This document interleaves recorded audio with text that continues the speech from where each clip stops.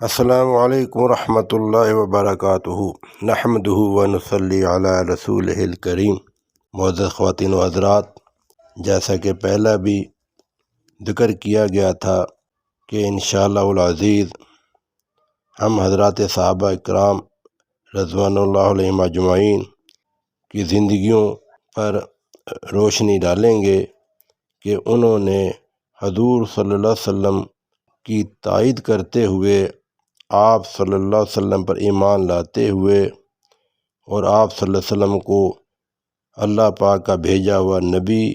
رسول اور آخری نبی ہونے کا اقرار کرتے ہوئے جس طریقہ سے نبی علیہ السلام کا ساتھ جان مال سے دیا، اس کا انشاءاللہ العزیز ہم تذکرہ کریں گے، چونکہ یہ دین جو ہے ہم تک بڑی ہی مشقتوں سے پہنچا ہے، بڑے ہی لوگوں نے اس میں قربانیاں دی ہیں۔ تو سب سے پہلے نبی علیہ السلام کی زندگی، مبارک زندگی سے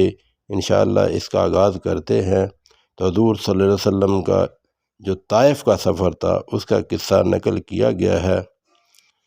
نبوت مل جانے کے بعد 9 برس تک نبی اکرم صلی اللہ علیہ وسلم مکہ مکرمہ میں تبلیغ فرماتے رہے اور قوم کی ہدایت اور اصلاح کی کوشش فرماتے رہے، لیکن تھوڑی سی جماعت کے سوا جو مسلمان ہو گئی تھی اور تھوڑے سے ایسے لوگوں کے علاوہ جو باوجود مسلمان نہ ہونے کے آپ کی مدد کرتے تھے۔ اکثر کفار مکہ آپ صلی اللہ علیہ وسلم کو اور آپ کے صحابہ کو ہر طرح کی تکلیفیں پہنچاتے تھے،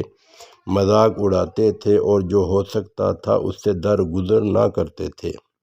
حضور صلی اللہ علیہ وسلم کے چچا ابو طالب بھی انہی نیک دل لوگوں میں تھے جو حضور صلی اللہ علیہ وسلم کی ہر قسم کی مدد فرماتے تھے۔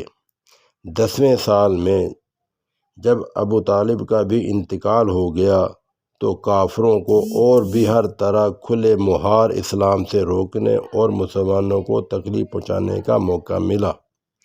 حضور اقدس صلی اللہ علیہ وسلم اس خیال سے طائف تشریف لے گئے کہ وہاں قبیلہ ثقیف کی بڑی جماعت ہے، اگر وہ قبیلہ مسلمان ہو جائے تو مسلمانوں کو ان تکلیفوں سے نجات ملے اور دین کے پھیلنے کی بنیاد پڑ جائے۔ وہاں پہنچ کر قبیلہ کے 3 سرداروں سے جو بڑے درجے کے سمجھے جاتے تھے گفتگو فرمائی اور اللہ کے دین کی طرف بلایا اور اللہ کے رسول صلی اللہ علیہ وسلم کی یعنی اپنی مدد کی طرف متوجہ کیا، مگر ان لوگوں نے بجائے اس کے کہ دین کی بات کو قبول کرتے یا کم سے کم عرب کی مشہور مہمان نوازی کا لحاظ سے ایک نووارد مہمان کی خاطر مدارت کرتے، صاف جواب دے دیا اور نہایت بے رخی اور بد اخلاقی سے پیش آئے۔ ان لوگوں نے یہ بھی گوارا نہ کیا کہ آپ صلی اللہ علیہ وسلم یہاں قیام فرما لیں۔ جن لوگوں کو سردار سمجھ کر بات کی تھی وہ شریف ہوں گے اور مہذب گفتگو کریں گے۔ ان میں سے ایک شخص بولا کہ اوہو، آپ ہی کو اللہ نے نبی بنا کر بھیجا ہے۔ دوسرا بولا کہ اللہ کو تمہارے سوا کوئی اور ملتا ہی نہیں تھا جس کو رسول بنا کر بھیجتے۔ تیسرے نے کہا کہ میں تجھ سے بات کرنا نہیں چاہتا، اس لیے کہ اگر تو واقعی نبی ہے جیسا کہ دعویٰ ہے تو تیری بات سے انکار کر دینا مصیبت سے خالی نہیں، اور اگر جھوٹ ہے تو میں ایسے شخص سے بات کرنا نہیں چاہتا۔ اس کے بعد ان لوگوں سے نا امید ہو کر حضور اکرم صلی اللہ علیہ وسلم نے اور لوگوں سے بات کرنے کا ارادہ فرمایا کہ آپ صلی اللہ علیہ وسلم تو ہمت اور استقلال کے پہاڑ تھے، مگر کسی نے بھی قبول نہ کیا، بلکہ بجائے قبول کرنے کے حضور صلی اللہ علیہ وسلم سے کہا کہ ہمارے شہر سے فوراً نکل جاؤ اور جہاں تمہاری چاہت کی جگہ ہو وہاں چلے جاؤ۔ حضور اکرم صلی اللہ علیہ وسلم جب ان سے بالکل مایوس ہو کر واپس ہونے لگے تو ان لوگوں نے شہر کے لڑکوں کو پیچھے لگا دیا کہ آپ صلی اللہ علیہ وسلم کا مذاق اڑائیں، تالیاں پیٹیں، پتھر ماریں، حتیٰ کہ آپ صلی اللہ علیہ وسلم کے دونوں جوتے خون کے جاری ہونے سے رنگین ہو گئے۔ حضور اقدس صلی اللہ علیہ وسلم اسی حالت میں واپس ہوئے۔ جب راستہ میں ایک جگہ ان شریروں سے اطمینان ہوا تو حضور صلی اللہ علیہ وسلم نے یہ دعا مانگی: دعا کا ترجمہ ہے، اے اللہ تجھی سے شکایت کرتا ہوں میں اپنی کمزوری اور بے کسی کی اور لوگوں میں ذلت اور رسوائی کی۔ اے ارحم الراحمین تو ہی ضعفاء کا رب ہے اور تو ہی میرا پروردگار ہے۔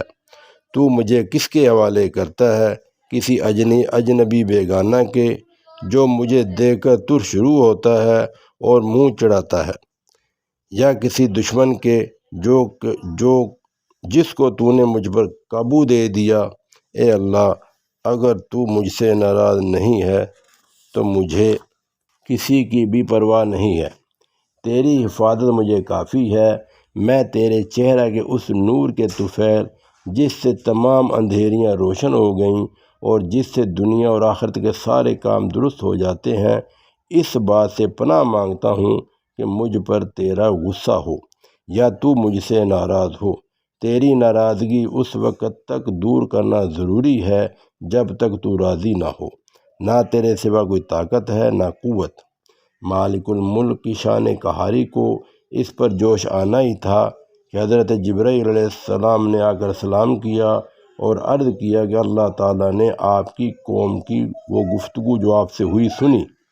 اور ان کے جوابات سنے، اور ایک فرشتہ کو جس کے متعلق پہاڑوں کی خدمت ہے آپ کے پاس بھیجا ہے کہ آپ جو چاہیں اس کو حکم دیں۔ اس کے بعد اس فرشتہ نے سلام کیا اور عرض کیا کہ جو ارشاد ہو میں اس کی تعمیل کروں۔ اگر ارشاد ہو تو دونوں جانب کے پہاڑوں کو ملا دوں جس سے یہ سب درمیان میں کچل جائیں، یا اور جو سزا آپ تجویز فرمائیں۔ حضور صلی اللہ علیہ وسلم کی رحیم و کریم ذات نے جواب دیا کہ میں اللہ سے اس کی امید رکھتا ہوں کہ اگر یہ مسلمان نہیں ہوئے تو ان کی اولاد میں سے ایسے لوگ پیدا ہوں جو اللہ کی پرستش کریں اور اس کی عبادت کریں۔ یہ ہیں اخلاق اس کریم ذات کے جس کے ہم لوگ نام لیوا ہیں کہ ہم ذرا سی تکلیف سے کسی کی معمولی سی گالی دے دینے سے ایسے بھڑک جاتے ہیں کہ پھر عمر بھر اس کا بدلہ نہیں اترتا، ظلم پر ظلم اس پر کرتے رہتے ہیں اور دعویٰ کرتے ہیں اپنے محمدی ہونے کا، نبی صلی اللہ علیہ وسلم کے پیرو بننے کا۔ نبی کریم صلی اللہ علیہ وسلم اتنی سخت تکلیف اور مشقت اٹھانے کے باوجود نہ بددعا فرماتے ہیں نہ کوئی بدلہ لیتے ہیں۔ تو معزز خواتین و حضرات، دعا ہے کہ اللہ پاک ہمیں بھی نبی علیہ السلام کی سنت زندگی کو اختیار کرنے کی توفیق عطا فرمائے اور اسے دوسروں تک پہنچانے کی توفیق عطا فرمائے۔ السلام علیکم ورحمۃ اللہ وبرکاتہ۔